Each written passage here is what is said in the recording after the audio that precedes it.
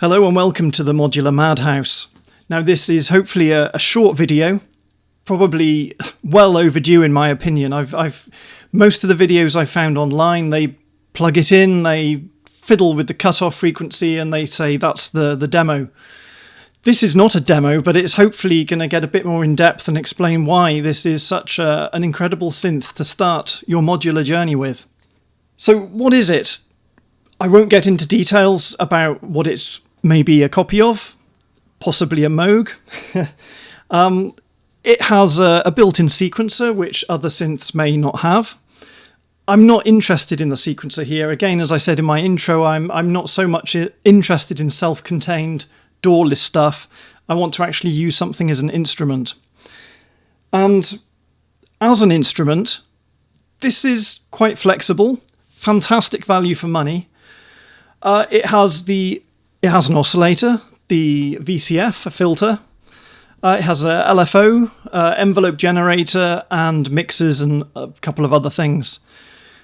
It's a little bit limited. We have the oscillator section here.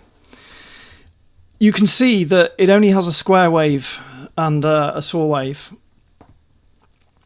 which is not really a problem. For what it is, it sounds great. It sounds really good. You've got the modulation source, which can either be the LFO or the envelope generator, so you can affect the frequency with these. And there's also a mixer here, which we'll get into a little bit later. Oh, and the modulation destination, you can either, if you're using the square wave, you can adjust the width, the square wave width, pulse width, sorry. Or you can adjust the frequency if you want that kind of vibrato effect. In terms of the filter, it's fairly standard. I don't need to go into detail here. Most videos online just show you how this sounds without really doing anything too interesting. But as soon as we start patching, even without any external equipment, we start opening up some possibilities. For example, the LFO can, I think I've already mentioned, the LFO can affect the pulse width or the frequency, and you can change the depth of this using the modulation control here. It's also possible to control the filter with the LFO or again the envelope generator. So these are all patched internally. You don't need to patch these in order to use them. And if you want to get a little bit outside the standard functionality, we have an assign output here. Now, if you're using the sequencer, one of the useful things you can do here is you can assign a random voltage on this either random or stepped, depending on the sequencer step. So as it's stepping through the sequencer parts, you can increase or decrease the voltage, or you can just have random, which is kind of useful if you want a bit of variation in your sound, because if you patch this to the filter input, let me just find that. Where's the filter? You can randomly create a bit of random movement in the filter or in the oscillator frequency or whatever you want. So that's the first kind of things you can start doing. Secondly, we're looking at the oscillator. I said you can either have square wave, well, you've got two options there. But what if you want both? Well, if you want both, we have the outputs here. So you can have the oscillator here set as a square wave, but then you can have the saw coming to your external audio there, and you can then control the mix between square wave and saw. So now you effectively have two oscillators. I mean, they're not two oscillators, it's two waveforms from the same oscillator, but instantly you can start beefing up that sound. And of course then you do lose the noise, or so you might think. But again, with patching, we have a mixer. Oops.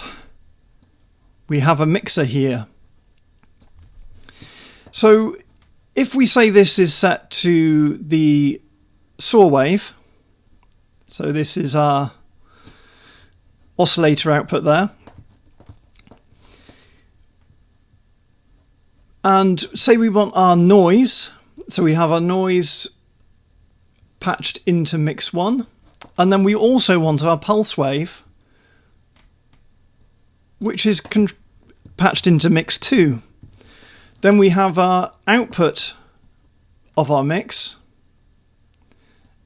and we can patch that to the external audio input. So now you have this control here, which, let's see, mix 1 is noise. So mix 1 is our, I don't know how to represent noise. Mix 2 is our pulse wave. So we now have this mix coming into the mix input here, and we can then, as we turn the control this way, we have at the extreme here just our pulse wave, and then on this side we have our saw wave here. On this side we have our pulse wave and our noise. So you can then adjust. You've got then 3 inputs, essentially 2 waveforms and a noise source, all controlled by this, which, to be honest, is pretty awesome by itself. Now, of course, it's still a little bit restrictive. You only have 1 oscillator. You can't detune things for that really fat sound.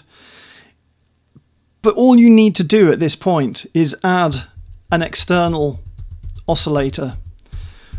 I went with a Dreadbox oscillator. It was, I think, about €50, and it opened up a whole new world of possibilities with the Crave. Nothing else, just the one additional oscillator. So then you've got the VC output, keyboard CV output. Let's have our external unit here.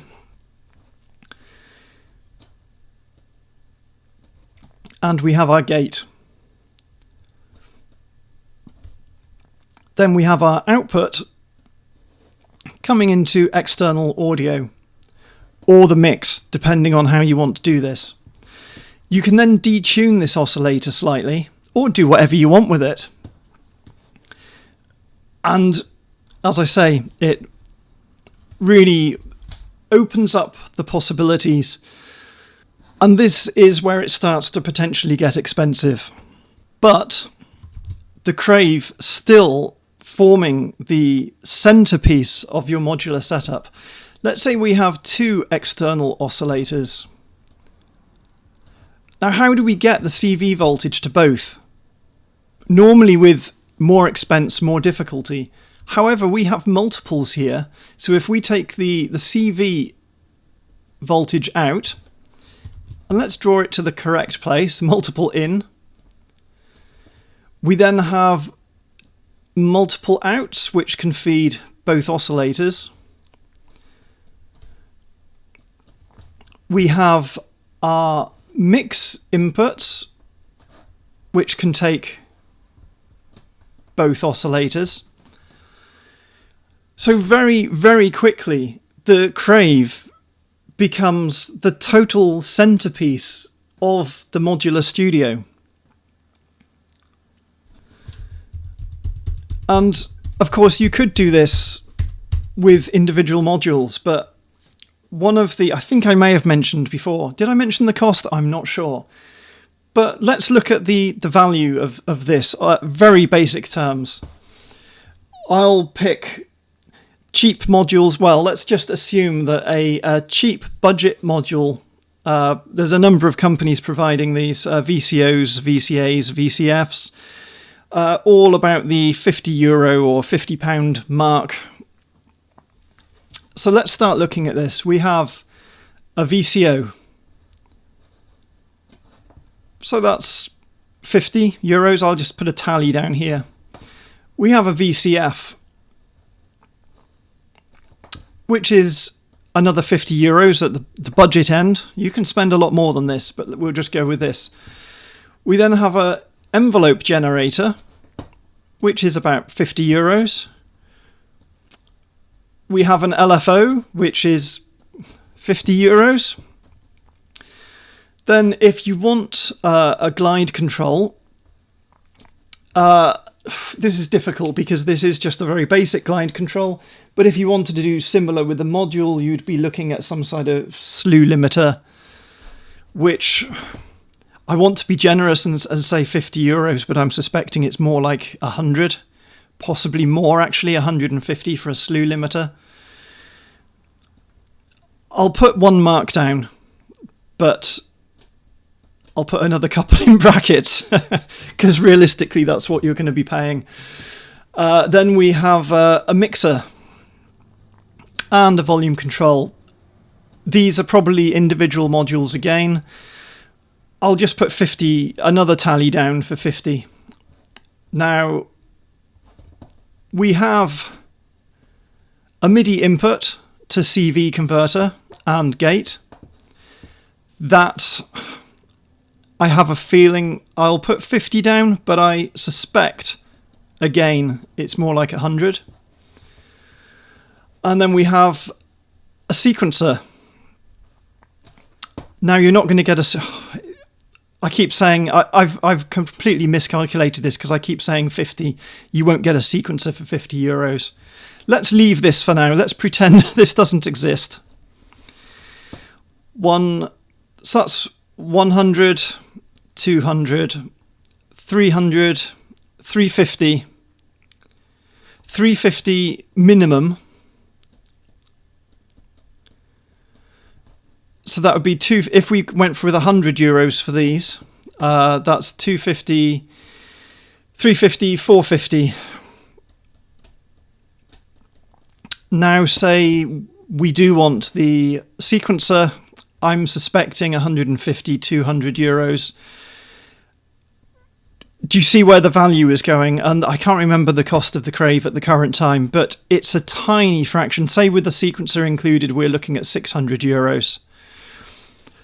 The Crave is nowhere near. It's a tiny fraction of this, and you've got all of these patch opportunities as well. Now, yes, it is limited. We have the VCO is limited in terms of waveforms, but come on, this is absolutely crazy. I will mention one limitation that I found quite early on. Let's get rid of some of this.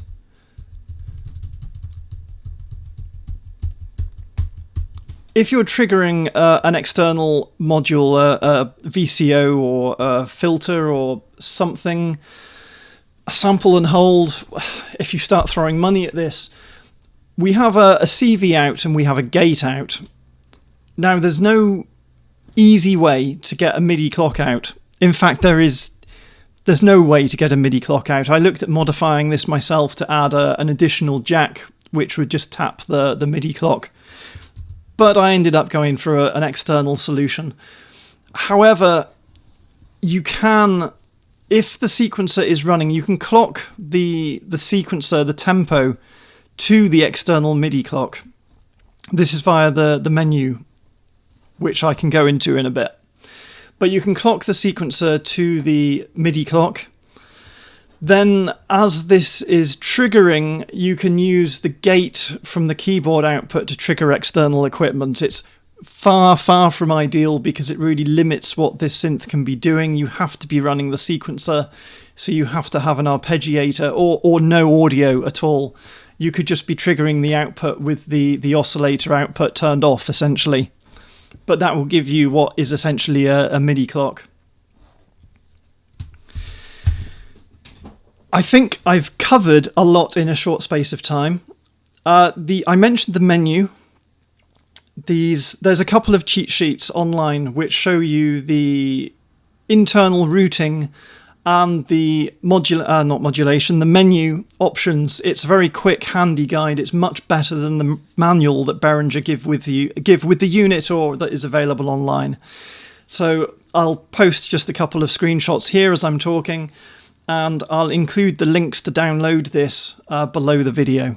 So I'm not sure what else to say. There's more to it than what I've covered, but this is the things I wish were covered originally, rather than just seeing someone plug it in, say they've had it for 6 months, and adjust the VCO frequency and tweak the filter cutoff like a live DJ sort of environment. There is so much more to it. It is so much more flexible.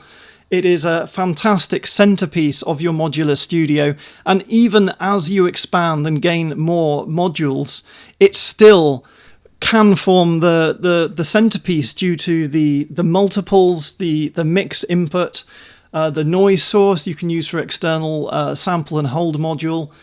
I can't enthuse enough, to be honest. And at the cost, it is absolutely a no-brainer. So thank you, Behringer. Not thank you to the Behringer naysayers. They're really missing out on this. And finally, thank you for watching and putting up with me and my rambling. I will cover some additional modules next. I'll try and keep each episode short, and I'll just keep it to the point like this, explaining how modules are used in a practical sense, rather than just deafening you with some what I think is pretty much useless demos. Thank you. Until next time.